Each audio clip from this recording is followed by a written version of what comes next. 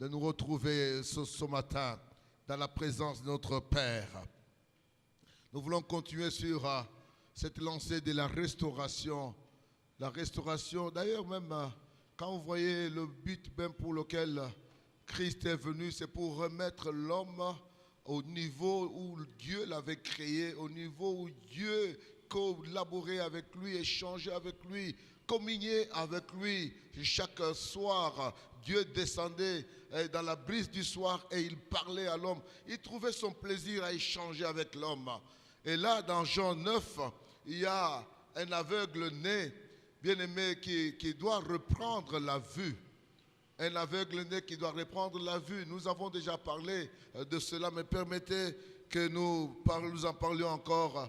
Ce matin, nous allons prendre une partie qui va nous aider ce matin. Des ténèbres à la lumière, de la cécité à la vue. Nous parlons de la restauration 3 et nous prenons le cas de la cécité à la vue. Et nous sommes dans Jean 9. Le récit est très long, mais vous connaissez ce récit très bien que moi. Vous connaissez ce récit très bien que moi. Nous allons prendre quelques passages. Jésus vit en passant un homme aveugle de naissance. Jésus voit un homme aveugle de naissance. Ses disciples lui firent cette question. Rabbi, qui a péché, cet homme ou ses parents, pour qu'il soit né aveugle? Donc les disciples aussi connaissent cet homme-là. Jésus répondit, ce n'est pas que lui ou ses parents aient péché, mais c'est afin que les œuvres de Dieu soient vues et manifestées en lui. Ça, c'est ma prière ce matin, que les œuvres de Dieu soient manifestées en lui, comme en nous aussi. Il faut que je fasse, tandis qu'il est jour, les œuvres de celui qui m'a envoyé. La nuit vient où personne ne peut travailler. Pendant que je suis dans le monde, je suis la lumière du monde. Après avoir dit cela, il cracha à terre et fit de la boue avec sa salive. Puis il appliqua cette boue sur les yeux de l'aveugle. Et il lui dit, va et lave-toi au réservoir de Siloé, nom qui signifie envoyé. Il alla se laver, se lava et s'en retourna, voyant clair. Ses voisins et ceux qui auparavant l'avaient connu comme un mendiant disaient, n'est-ce pas là celui qui se tenait assis et qui mendiait? Les uns disaient, c'est lui. D'autres disaient, non, mais il lui ressemble. Et lui-même disait, c'est moi. Ils lui dirent donc, comment tes yeux ont-ils été ouverts? Il répondit, l'homme qu'on appelle Jésus a fait de la boue, a oint mes yeux et m'a dit, va au réservoir de Siloé et lave-toi. J'y suis allé, je me suis lavé et j'ai recouvert la vue. Ils lui dirent, où est cet homme? Il répondit, je ne sais. Ils menèrent vers les pharisiens celui qui avait été aveugle. Or, c'était un jour de sabbat qu'il avait fait de la boue et lui avait ouvert les yeux. De nouveau, les pharisiens aussi lui demandèrent comment il avait recouvré la vue. Et il leur dit, il a appliqué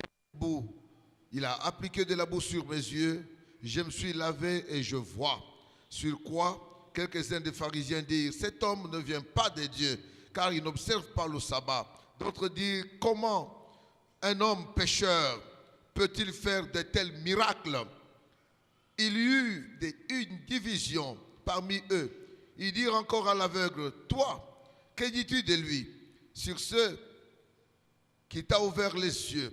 Il répondit, c'est un prophète. Je confirme donc, c'est un prophète. Les Juifs ne crurent point qu'il eût été aveugle et qu'il eût recouvré la vue jusqu'à ce qu'ils eussent fait venir ses parents. Et ils les interrogèrent disant, est-ce là votre fils que vous dites être né aveugle, comment donc voit-il maintenant? Ses parents répondirent, nous savons que c'est notre fils et qu'il est né aveugle. Mais comment il voit maintenant ou qu'il a ouvert les yeux, c'est ce que nous ne savons. Interrogez-le lui-même. Il a de l'âge. Il parle de ce qui le concerne. Ses parents dirent, cela parce qu'ils craignaient les Juifs, car les Juifs étaient déjà convenus que si quelqu'un reconnaissait Jésus pour le Christ, il serait exclu de la synagogue. C'est pourquoi ses parents dirent, il a de l'âge, interrogez-le lui-même. Les pharisiens appelèrent une seconde fois l'homme qui avait été aveugle. Ils lui dirent, donne gloire à Dieu. Nous savons que cet homme est un pécheur. Il répondit, s'il est un pécheur, je ne sais. Je sais une chose, c'est que j'étais aveugle, que maintenant je vois. Amen. Ils lui dirent, que t'a-t-il fait? Comment t'a-t-il ouvert les yeux? Il leur répondit, je vous l'ai déjà dit, et vous n'avez pas écouté. Pourquoi voulez-vous l'entendre encore? Voulez-vous aussi devenir ses disciples? Ils l'injurièrent et dirent, c'est toi qui es son disciple. Nous sommes disciples de Moïse.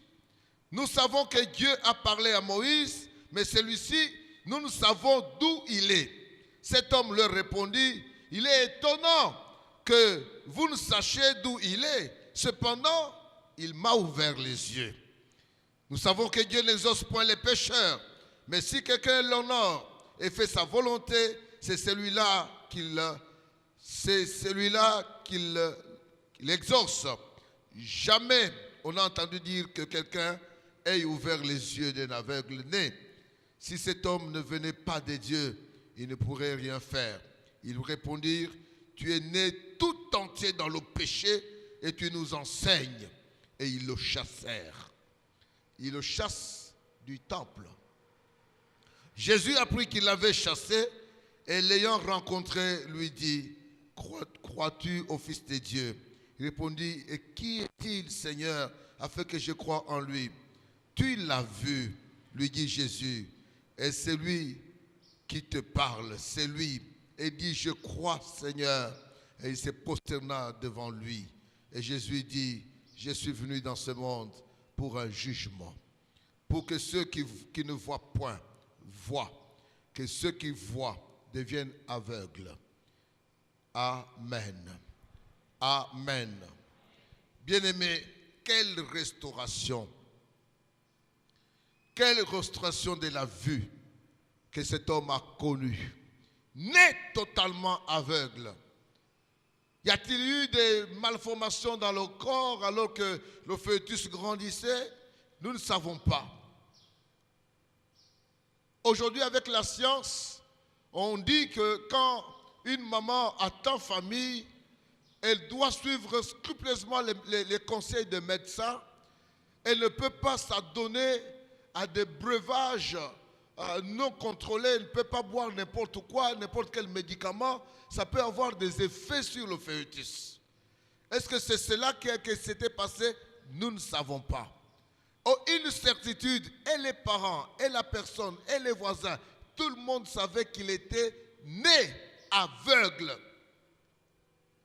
Né aveugle, ne voyant pas. Il ne pouvait rien voir. Il ne pouvait entendre peut-être. Il pouvait parler, oui. Il pouvait manger, oui. Mais voir, cela lui était impossible. Impossible. Et ce miracle immédiat arrive, bien-aimé, de la part de Christ. C'est Christ qui fait l'initiative. C'est Christ qui avance vers la personne. C'est Christ qui vient vers nous. Un peu comme quand nous étions dans le péché, c'est Christ qui est venu vers nous. Ce n'est pas nous qui sommes allés le chercher, mais il est venu vers nous. C'est Christ qui a quitté le ciel et qui est descendu sur la terre pour te rencontrer, pour me rencontrer. Il veut me rencontrer pour que ma situation ne reste pas telle qu'elle était, mais que ma situation soit changée, qu'elle se transforme. qu'elle se transforme, bien-aimé, que ma situation change, que ma situation prenne un détour, quitte ce qu'elle était autrefois, qu'elle change de fond en comble. Christ fait un pas vers un aveugle. Et je prie ce matin que Christ fasse le même pas vers ta vie, vers toi maintenant. Lui qui transforme, lui qui change, lui qui ne laisse pas les choses telles qu'elles étaient. Rien que pour ton bonheur, rien que pour ta joie, rien que pour le changement de fond en comble, de la cécité à la vue. Que Christ fasse le même pas ce matin. Mon frère, ma soeur, que Christ fasse le même pas ce matin pour toi et pour moi. Pourquoi pas? Qu'il intervienne dans nos vies. La cécité, on va commencer par ce point. La cécité, l'absence de la vue, l'incapacité à voir clair, l'incapacité à déterminer les choses telles qu'elles sont. La vue est un élément clé de la vie d'un homme. La vue, bien aimé, quand elle n'est pas là, c'est la confusion totale. C'est la confusion totale. On touche un éléphant, on se pose la question, mais l'éléphant ressemble à quoi? Oh non, c'est comme un tronc d'arbre. Quand j'ai touché quelque chose comme un tronc d'arbre. C'était gros et puis ça allait de bas en haut. L'éléphant, c'est un tronc d'arbre. Quand quelqu'un touche l'ivoire, il dit non, l'éléphant, c'est comme un tuyau qui tourne et j'ai touché ça, un tuyau qui va grand jusqu'à la tête. Mais c'est quoi l'éléphant? C'est quoi l'éléphant? Puisqu'on ne voit pas. On ne sait pas déterminer, on n'a pas la facilité de déterminer les choses. La même cécité atteint même les gens qui sont dans la vie aujourd'hui avec la vue. Vous voyez, mais vous ne voyez pas clair. Vous voyez, mais vous ne voyez pas clair. Vous ne savez pas déterminer le vrai et le faux. Vous voyez, mais vous êtes dans la cécité. Il y a une cécité qui est physique, il y a aussi une cécité qui est spirituelle. Une cécité spirituelle. Vous allez voir des gens, des intellectuels avec beaucoup d'argent, des magnats. Mais quand ils rentrent dans des cases pour recevoir des soi-disant bénédictions, vous n'en revenez pas. Quand ils se prosternent devant des hommes, ils appellent des hommes Dieu, le Saint-Esprit. Ils parlent du Saint-Esprit dans la bouche, ils se prosternent devant un homme à qui ils donnent la connotation du Saint-Esprit. Dans sa bouche, il parle de Saint-Esprit. Un esprit, on ne le touche pas, on ne le parle pas. Mais il est devant un homme et il l'appelle Saint-Esprit. Tata Molimo Santo. Mais est-ce que vous comprenez ce que vous dites? Des grands intellectuels. J'étais avec un médecin dans un véhicule. Nous venions de Matadi. Nous passons Kikonka. Nous venons vers Kinshasa avant d'arriver vers Sonabata. On voit quelque part où on a fait, je ne sais pas, au temps où, vers les années, je ne sais pas, c'était les années 50 ou les années, je ne sais pas. On revenait avec un prisonnier, on est passé par là, et puis on s'est reposé. Comme on s'est reposé là, on a construit un stèle, puisqu'on s'est reposé ici, avec un prisonnier déjà mort. Le fait de s'être reposé, même ici à Mataïmayo, comme on s'était aussi reposé là, on a bâti quelque chose au nom de ce prisonnier-là. Nous venons avec le médecin, alors que je suis avec lui en train de causer des choses bonnes vraiment. Le médecin nous fait taire tous. Taisez-vous, taisez-vous, taisez-vous. Ici, on ne parle pas. Ici, on ne parle pas. Pourquoi? Ici, on ne parle pas puisque c'est ici où s'était reposé le cadavre de... J'ai dit, Seigneur, Seigneur, Seigneur, jusqu'à quel niveau peut aller la cécité humaine, spirituelle? Quelle bavure! Quelle bavure! Quelle ignorance! Médecin de son état, comme notre frère. Heureusement pour toi, un médecin mais qui connaît le Seigneur. Un médecin qui peut dire, au-dessus de la médecine, il y a Dieu qui est au-delà. Merci mon frère, que Dieu te bénisse. Un médecin, mais qui ne comprend pas. Même quand vous prêtez le serment d'Hippocrate là, est-ce que le contenu du serment, vous avez déjà lu ça? Mais c'est satanique. Je le dis, je sais que ça va passer sur les médias. C'est satanique. On prête serment à un inconnu, on le rend vivant et on s'engage devant lui spirituellement. Quand on est derrière l'opération, c'est comme si on doit à Hippocrate, mais Hippocrate qui est déjà mort. C'est ça, non? Hippocrate qui est déjà mort. Moi, j'aime le médecin qui prend la science comme une révélation de Dieu pour donner de la guérison aux humains. D'ailleurs, la médecine, ce sont des techniques tirées de la terre. Tous les médicaments que nous avons, c'est tiré des arbres. On entre dans un laboratoire, on fait sortir des comprimés, mais les comprimés ont les mêmes substances, les mêmes propriétés que ces arbres, que les origines de ces comprimés-là, les feuilles-là. Que commencer à adorer des êtres que vous ne voyez pas. La cécité, c'est une chose terrible, bien-aimé. Cet homme était aveugle de naissance. Pour les disciples, cette cécité est comme pour tous les hommes. Quand il y a un malheur dans la maison, ce malheur ne peut venir que des autres. Quand il y a quelque chose dans la maison, on cherche toujours le coupable. Qui est le coupable? Est-ce les parents? Est-ce lui-même? Et même quand on pose la question, est-ce que lui-même, c'est le péché qu'il a commis quand il était dans le ventre de sa mère, qu'il a rendu, donc la conséquence de ce qu'il a fait.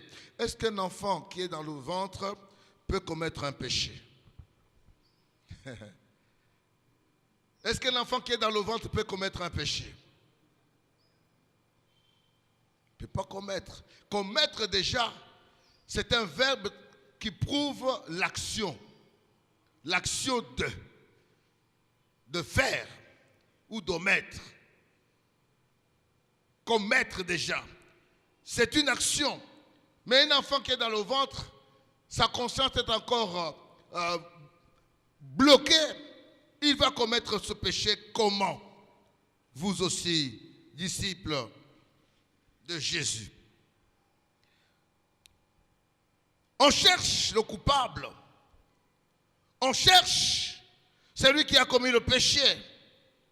Mais Jésus répond, non, c'est afin que les œuvres de Dieu soient manifestées en lui. Cet homme est né aveugle, afin que le Fils de Dieu puisse avoir l'opportunité de déployer sa puissance et sa miséricorde, et aussi afin que la méchanceté de leur propre cœur puisse être révélée.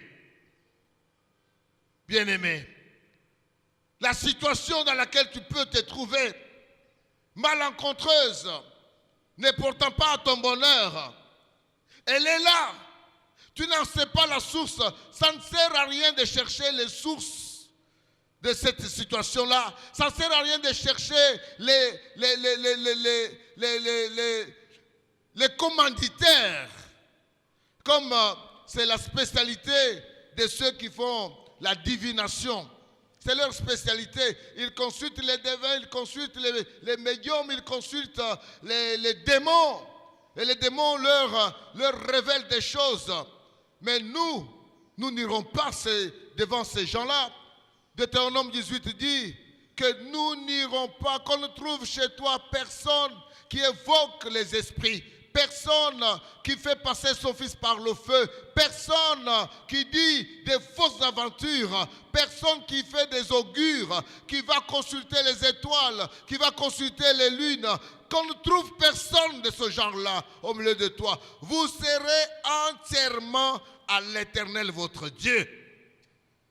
Vous serez entièrement à l'Éternel votre Dieu. C'est-à-dire corps, âme esprit seront entièrement à l'Éternel. Maintenant, dans cette situation, quand tu trouves qu'il y a quelque chose qui ne va pas dans ta vie, sache une chose. Dieu a dépêché son Fils unique pour rencontrer ton besoin. Sache une chose et reste avec cela, que cela te caractérise, que cela marche avec toi, que cela soit comme ta deuxième identité. Je sais une chose, que Jésus-Christ est venu pour glorifier le nom du Père dans ma vie. Il va glorifier ça comment? En me donnant la solution au problème que j'ai. C'est la seule façon de donner gloire à Dieu. Il a regardé Lazare. Lazare dort. Lazare, cette maladie n'est pas pour la mort, c'est pour la gloire de Dieu. Il dit à sa sœur, Lazare est mort, mais moi, je vais donner gloire à Dieu en le ressuscitant. Donc, quand quelque chose ne va pas, Jésus vient, il fait pour que la chose revienne à la normale et que la gloire soit rendue à Dieu. Et ce matin, c'était ma prière. J'ai dit, Seigneur mon Dieu, nous venons dans ta présence. Peut-être qu'il y a des gens qui ont traîné des choses, puisqu'ils ne savaient pas que ton but sur la terre était de donner gloire à Dieu en nous donnant la solution à tous les problèmes, même les problèmes dans lesquels nous sommes nés. Même si tu es né dans ce problème-là, il y en a qui traînent comme des lamentations. Tout le temps, il y a, tel que je suis là. D'ailleurs, tu sais, ça ne sert à rien de te le dire. Mon grand-père est mort avec cette maladie-là. Ma mère est morte avec cette maladie. Mon grand frère est mort avec... Et parfois même, ces gens-là sont morts vers les 50. Quand il est à 48, 49, il s'approche de 50. Dans sa tête, il voit tous ces morts-là. Et puis il se dit, moi aussi, je vais mourir puisque je vais atteindre l'âge que les autres sont morts. Mon frère, ma soeur, si toi, tu es en Jésus-Christ, si toi, tu as été changé, si toi, tu es devenu une nouvelle créature, sache que le cycle de maladie-là, le cycle de cette mort-là a été rompu. Ce cycle-là a été rompu. Puisque toi, tu n'appartiens plus à cette lignée-là. Toi, tu as été racheté de cette lignée. Tu as été enlevé de cette lignée. Les conséquences que les autres vivaient, toi, tu n'as pas le droit de le vivre. Maintenant, pour que tu ne vives pas ça, il est question que tu confesses que Christ est venu afin que ce qui était pour moi ne soit plus. Tu le confesses. Ce n'est pas une pensée positive. Je n'enseigne pas la pensée positive. Je parle de la parole de Dieu. Puisque vous allez aller dans des options philosophiques où on va vous dire il faut avoir la pensée positive. Il faut avoir la pensée positive, c'est même idolâtre. Nous parlons de la parole de Dieu. Je prends la parole de Dieu à ma guise. Je dis la parole de Dieu c'est pour moi. Et comme elle est pour moi, elle doit prendre chair à moi. Et quand elle prend chair à moi, les choses qui m'étaient destinées comme pour mon malheur sont transformées. Oui, ils sont transformés.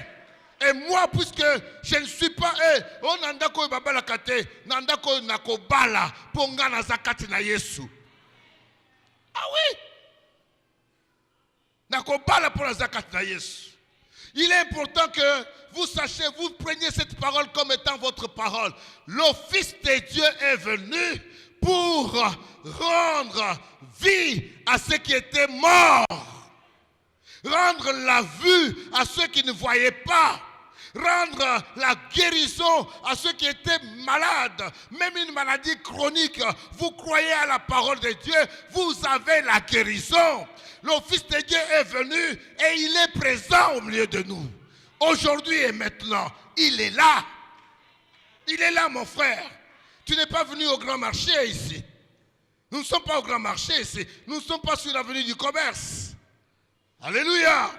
Nous ne sommes pas, j'allais dire à Addis Abeba, le carrefour de l'Afrique, où les gens viennent et partent. Ce sont les affaires, ce sont les voyages. Non, nous sommes dans la présence du Créateur. Nous sommes dans la présence du Créateur. Quand nous sommes dans la présence du Créateur, c'est-à-dire, nous sommes dans la présence de celui qui peut dire, ici, il y avait des cellules qui ne marchaient pas, mais par ma parole, ces cellules vont reprendre la vie. Il restaure. Le restaurateur. Le prophète disait, on t'appellera réparateur des brèches. Ça, c'est une des qualifications que Jésus porte. On l'appellera réparateur de brèches. Pourquoi dans les actes des apôtres, Pierre parlant de Jésus, il dit, vous savez combien le Père, Dieu a oint d'esprit et de puissance Jésus-Christ qui allait des lieux en lieux faisant du bien à tous ceux qu'il rencontrait.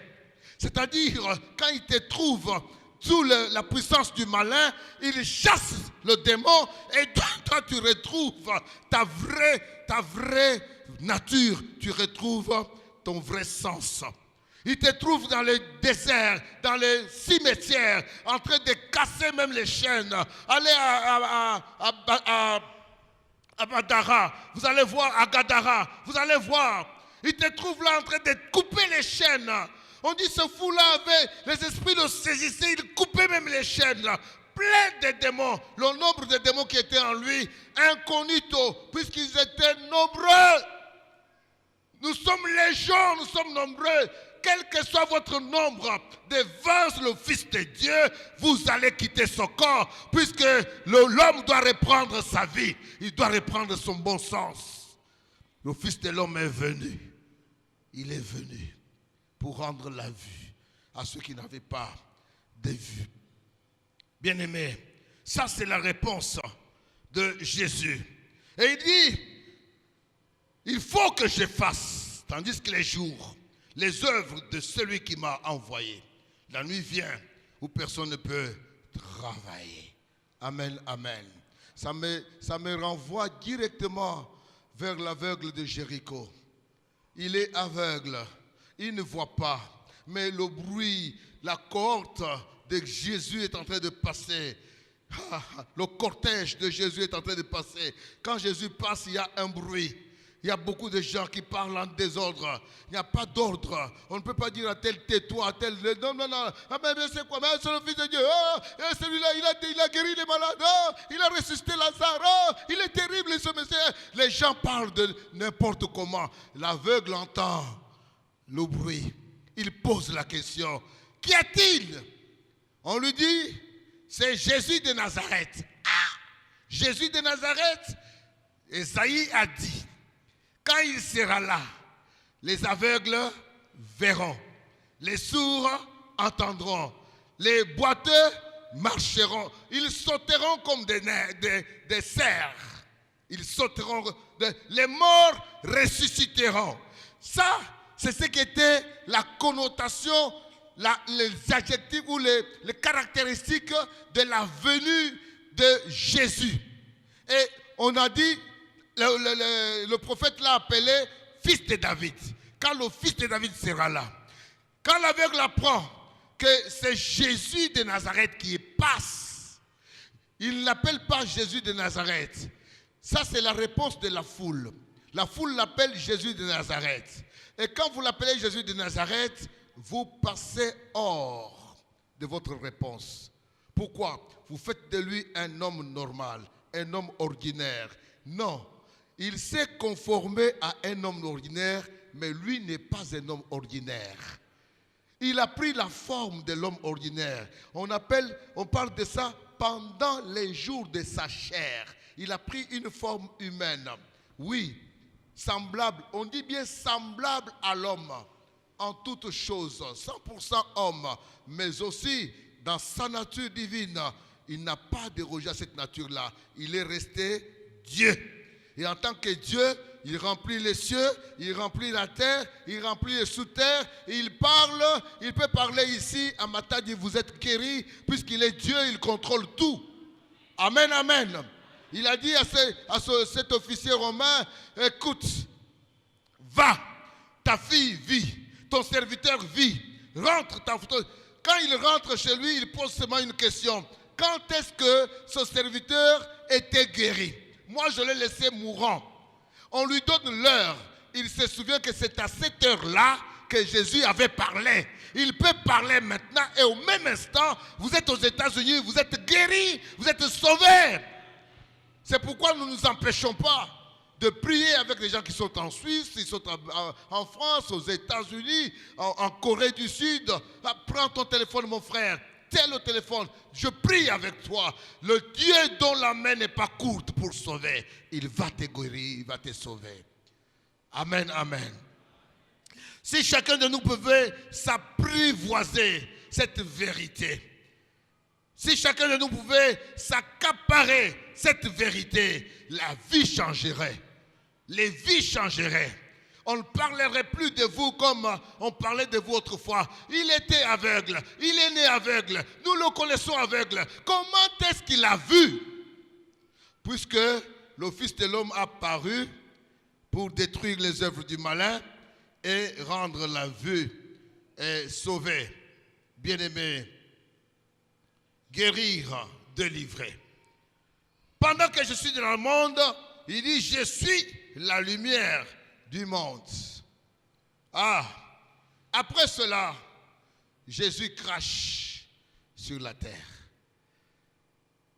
Il crache un peu de salive sur la terre. Il prend la salive, il met sur les yeux.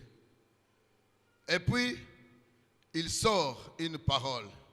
Va à Siloé, lave-toi et tu verras. Ce que j'aime, une grande leçon aussi, c'est que l'aveugle fait confiance totale à la parole du Seigneur.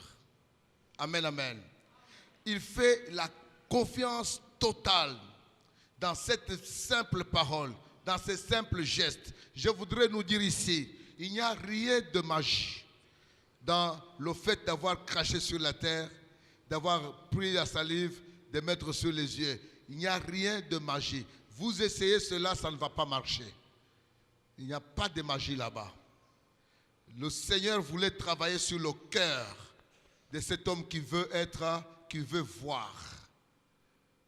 Il veut travailler avec les simples méthodes, la simple méthode, les simples choses, les choses plus faibles. Cet homme avait toujours le sable, il pouvait cracher sur le sable, il pouvait se mettre aussi la salive sur les yeux, mais il ne pouvait rien voir. Mais la force de cette délivrance, la force de ta restauration viendra dans le fait que tu fais confiance totale à la parole du Seigneur. Quand tu fais confiance totale à la parole du Seigneur, mon frère, ma soeur, ce n'est pas ta force qui va créer le miracle. C'est cette confiance qui va appeler cette parole, puisque la parole de Dieu est vivante et agissante. La parole va prendre chair en toi, elle va produire le miracle. C'est Dieu qui produit le miracle en toi. Bien-aimé, c'est Dieu qui produit le miracle. La méthode employée pour sauver cet homme fut à peu près aussi étrange et mystérieuse que l'avait été la cause et l'origine de son infirmité.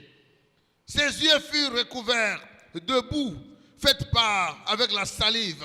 Puis, il fut ordonné d'aller se laver au revoir de Siloé.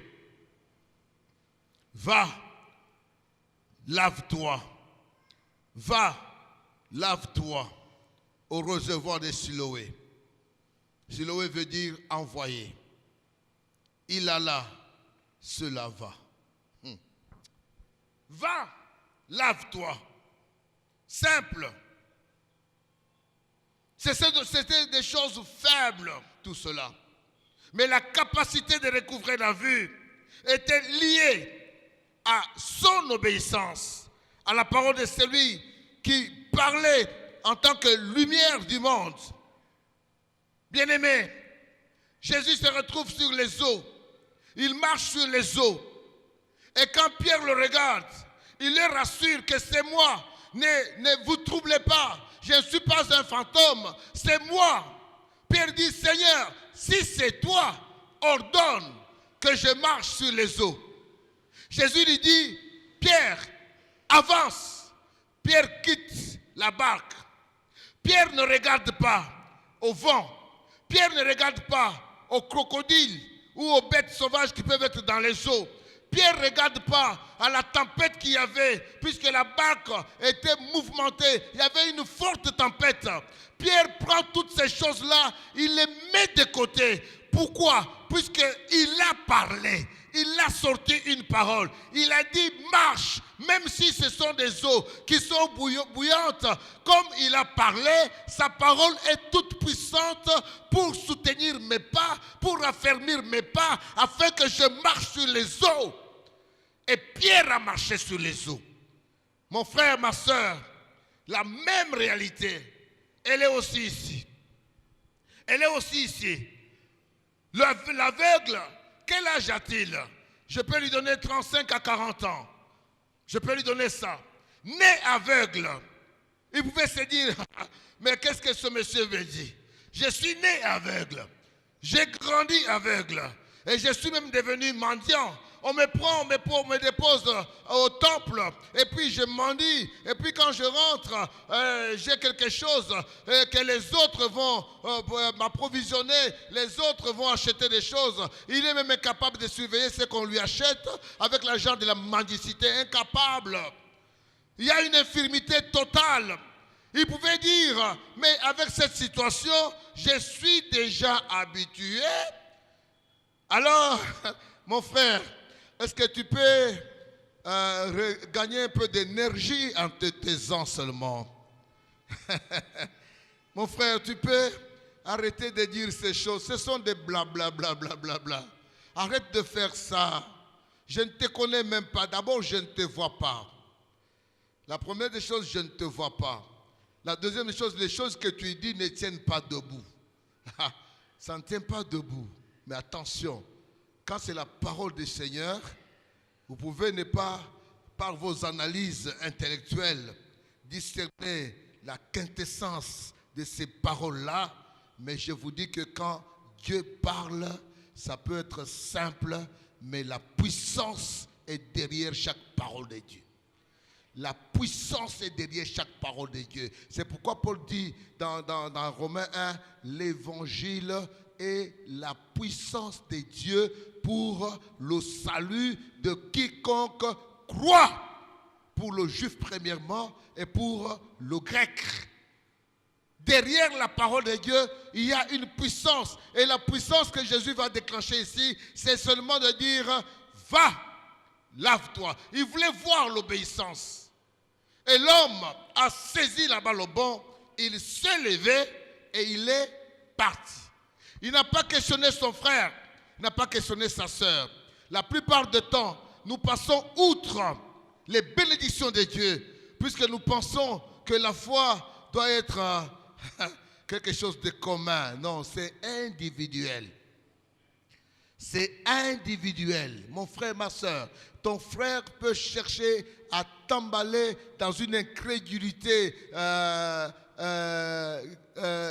contagieuse, une incrédulité satanique. Mais toi, tu as la volonté de dire non ou oui. Et de dire oui à la parole de Dieu et dire non à toute parole qui vient s'aimer de l'incrédulité dans ta vie. Tu es le seul, tu es la seule personne à qui Dieu parle. Et ton salut n'est pas associé au salut des autres. Non, c'est ton salut. C'est ta vie. C'est ton avenir. C'est ton changement. Quand la parole de Dieu parle de quiconque, dans le quiconque là, il y a toi, il y a moi. Dieu a envoyé son Fils unique, afin que quiconque croit en lui. Vous pouvez être à deux, des grands amis, même des jumeaux, mais le salut est individuel et personnel. Amen. Le salut est individuel et personnel. Il n'est pas associatif. Il n'est pas collégial. Toi, tu as cru, moi j'ai cru, lui a cru, et ensemble nous avons cru. Mais chacun de nous a cru individuellement. Et chacun de nous va porter le fruit de sa foi. Et cet aveugle, quand il parle avec Jésus, quand Jésus applique la salive sur la terre et le met sur les yeux, il ne va pas poser les questions à ses frères, à ses sœurs, au Sanhédrin, à tous ceux qui étaient là. Écoutez, il vient de me faire ça, il m'a demandé d'aller faire ceci. Non, il s'engage à ce qu'il a entendu. Tu veux une restauration totale à ta situation, mon frère, tu t'engages à ce que Dieu te dit. Tu t'engages personnellement, tu t'engages totalement, de tout cœur, de toute ton âme, de toute ta force. Tu dis non à la sollicitation de la chair. Tu dis non à la sollicitation des hommes. Tu dis non au conseil machiavélique même, je peux dire.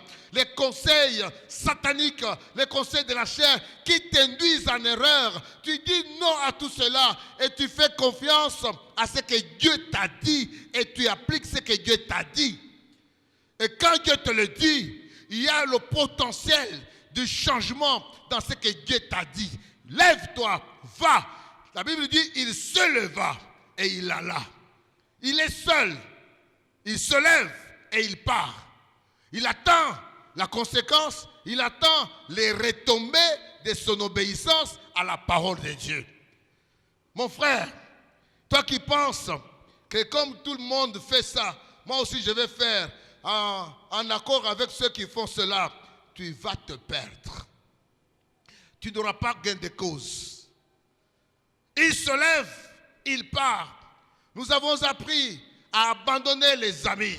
Nous avons appris à abandonner les compagnons. Les mauvais compagnons corrompent les bonnes mœurs. S'il avait dit non, il y a quelqu'un qui m'accompagne, je vais lui poser des questions. Je vais quand même... Il allait se moquer de lui. Mais tu es en train de rêver ou quoi? Tu rêves ou quoi? Un homme vient, tu ne le connais même pas. Il te dit ça, et puis tu acceptes. Et puis tu parles comme ça. Même si tu es un aveugle, tu ne peux pas aller aveuglément. À la parole de Dieu, je mets de côté la science. Je mets de côté la connaissance. Je mets de côté tout ce que je sais et je mets ma confiance totale dans ce que Dieu a dit. Il est capable d'accomplir ce qu'il a dit et je lui fais confiance. Amen. Je lui fais totalement confiance. Il se leva, il alla. Et quand il alla, il se lava directement. Quelle joie de la restauration. Quelle joie de la vue. Oh, je suis né aveugle, maintenant je peux voir. Maintenant je vois clairement. Maintenant je sais distinguer les hommes, je sais distinguer les bêtes, je sais distinguer les voitures, je sais distinguer le temple. Et il va retourner cette fois-ci non accompagné au temple. Alléluia. Il va retourner non accompagné. Personne ne le tient par la main pour le placer au temple. Maintenant, c'est lui-même qui engage ses pas. C'est lui-même qui avance vers le temple. Il a besoin de revenir au lieu où il a été visité pour glorifier le Seigneur. Il entre même dans le temple. Il glorifie le Seigneur, mais il devient la risée des peuples. Mon frère, ma soeur, je prie que Dieu te fasse quelque chose de mieux aujourd'hui, mais que tu sois même la risée de ceux qui voulaient que tu demeures. Les hommes, la méchanceté des hommes veulent que tu demeures ce que tu as toujours été. La risée des peuples. On se moquait de toi. On t'appelait mendiant. Maintenant que tu n'es plus mendiant, tu commences à avoir des ennemis. Ne t'en fais pas. On peut te chasser de ces lieux-là. Mais dehors, le Seigneur va te récupérer. Quand on l'a chassé du temple, directement, le Seigneur vient. Mon frère, Ah, on t'a chassé? Oui, il vient de me chasser. Pourquoi?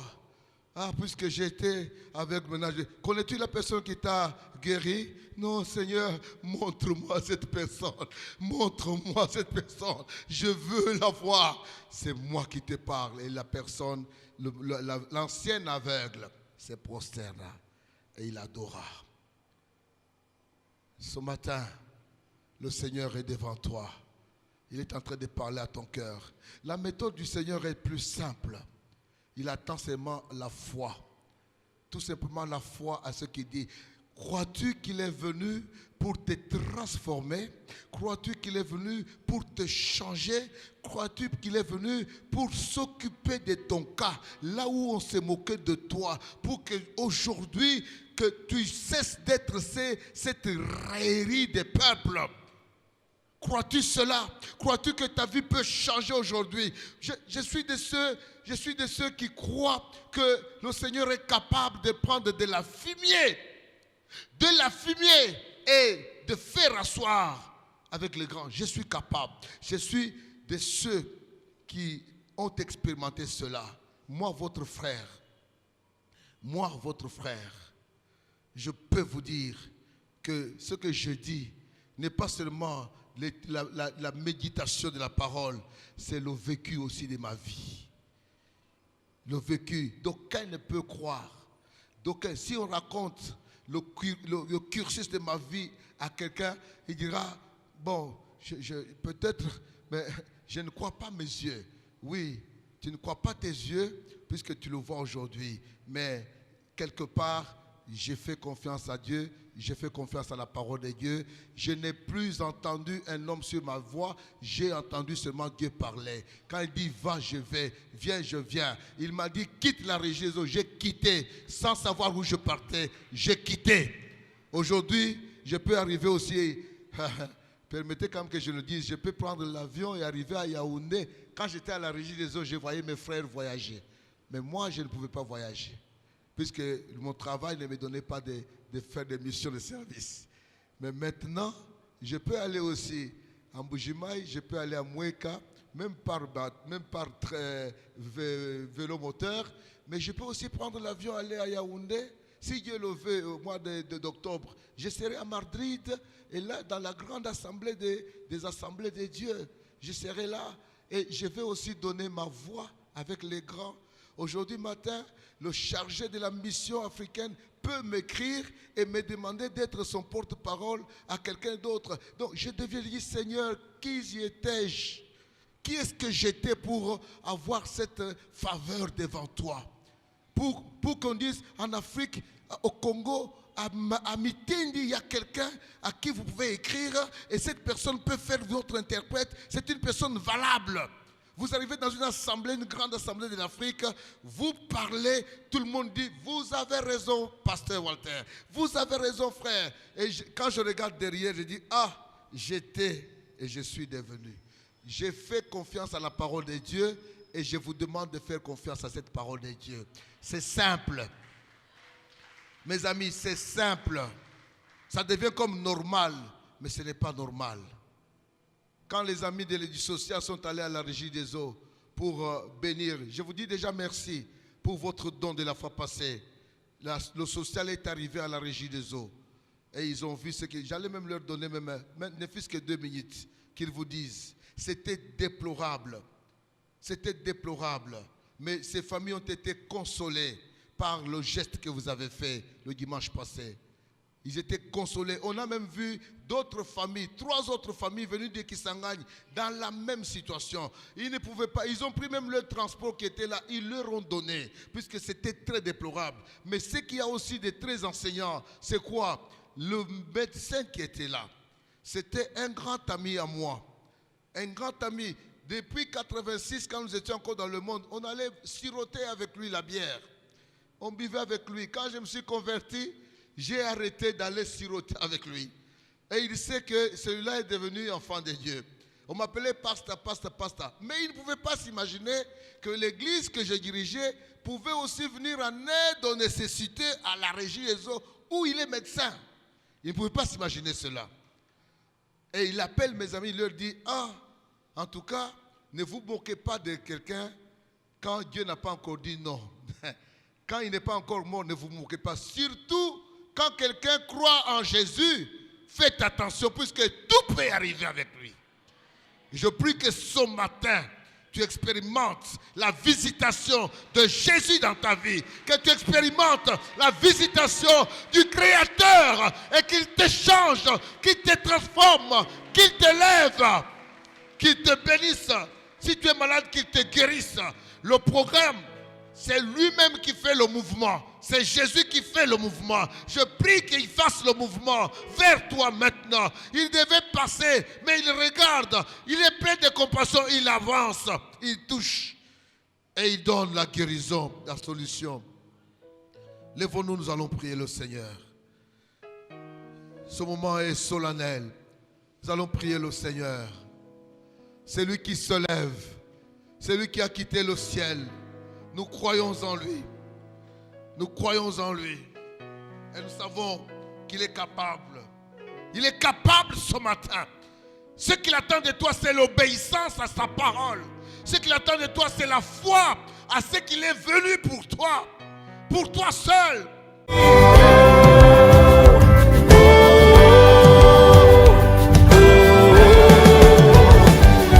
Jésus m'a racheté de mes fautes. Son sang parle en ma faveur. Le voile est déchiré, je peux m'approcher du trône.